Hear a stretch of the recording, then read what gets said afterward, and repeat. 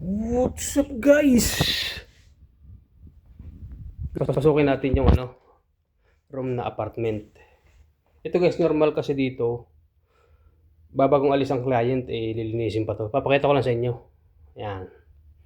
Normal guys, ito tatlong bed lang. Pero nag-request na apat sila, dinagyan ng isa. Ayan. Isa, dalawa, tapos double to, double. Yan. Ito yung apartment. Yan. Tapos yung wardrobe niya, cabinet. Yun, safe box, yan, yun. Yan. Tapos toilet, pakita ko sa inyo yung toilet. Oh.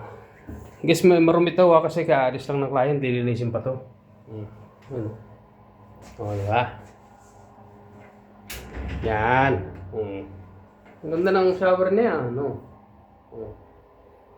Yan. Diba?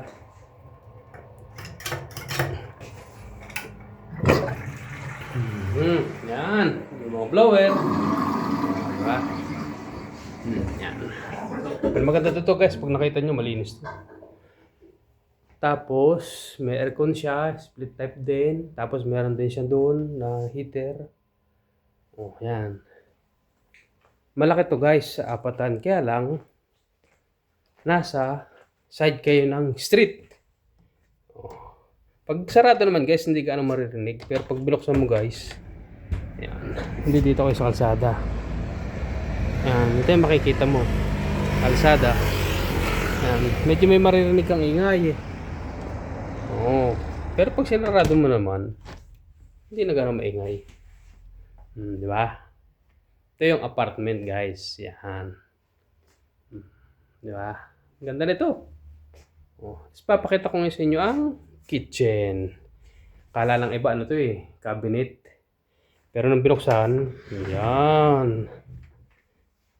Yan. Oh, di ba? Kitchen yan. Pwede kayo magluto. Oh, yan. May lutuan dyan. May microwave oven. May mga gamit sa pagkain, tasa, sa mga pagluluto. Tapos dito meron din rep. O, di ba? O, dito kayo kakain. Ayan o. Yung mga nagtitipid at ayaw gumasa sa labas kasi nga medyo mahal. Hindi magdadala na lang sila ng pagkain. Ayun. Di ba guys? Oh. Ito yung apartment. Okay? Okay. Thank you!